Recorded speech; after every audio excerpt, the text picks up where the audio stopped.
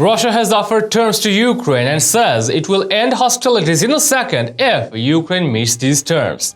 Reuters reported Russia has told Ukraine it is ready to halt military operations in a moment if Kyiv meets a list of conditions, the Kremlin spokesperson said on Monday. Dmitry Peskov said Moscow was demanding that Ukraine cease military action, change its constitution to enshrine neutrality, acknowledge Crimea as Russian territory, and recognize the separatist republics of Donetsk and Lugansk as independent states. It was the most explicit Russian statement so far of the terms it wants to impose on Ukraine to halt what it calls its special military operation now in its 12th day.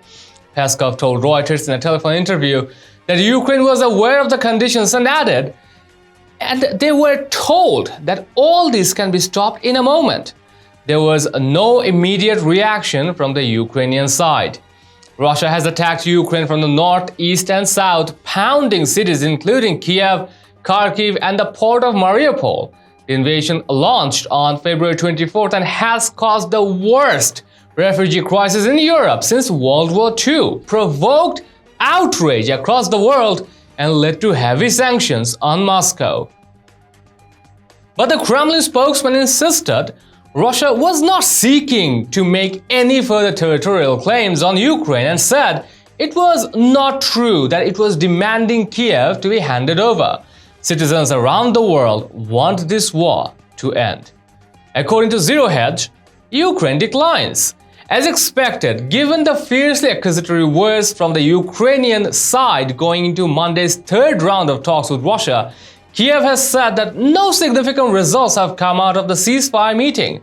The Ukrainian negotiator Mikhailo Podolyak has still held out the likelihood for more negotiations to come, as he announced that the two sides will continue intensive consultations toward a possible truce.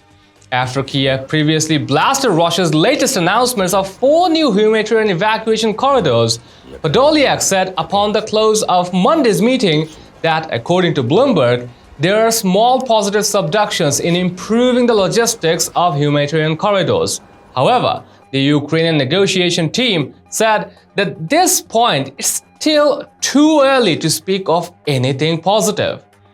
Well, we'd like to know your thoughts and responses. Share them in the comments down below, and also share this news and support us through subscribing to our channel. Stay tuned for the real stuff on next News Hour.